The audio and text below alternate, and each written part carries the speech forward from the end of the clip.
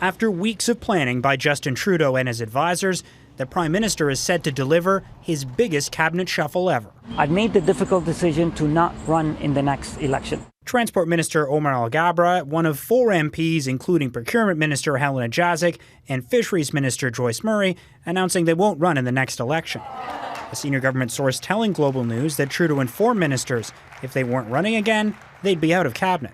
I'm also stepping aside from my role as minister because the Prime Minister deserves a cabinet who is committed to running in the next federal campaign. But those aren't the only removals. Justice Minister David Lametti, Public Safety Minister Marco Mendicino, and Treasury Board President Mona Fortier will also be dropped from cabinet, according to a senior government source. I think this is an opportunity for reset, for reflection, for the government, taking stock of who their best performers are and making sure that they've got the biggest challenges in front of them.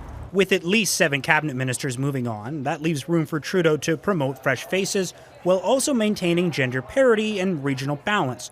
Watch for Mississauga's Richie Valdez, Ottawa's Jenna Sudds, Vancouver's Terry Beach, and Toronto MPs Yara Sachs and Arif Virani, all to be sworn in as ministers tomorrow at Rideau Hall. I suspect they'll be looking for a cabinet that has the right energy to go the next couple of miles until the next election. There will also be a major shuffle of current cabinet ministers.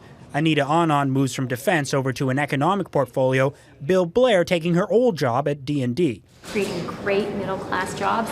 While the changes are substantial, many of the top portfolios are set to stay the same.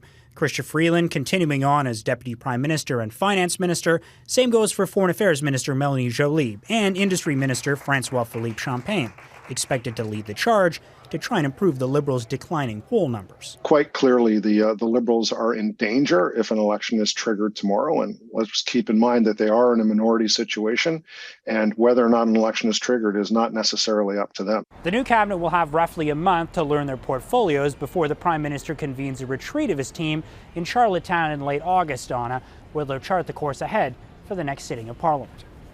Okay, Mackenzie Gray in Ottawa, thank you.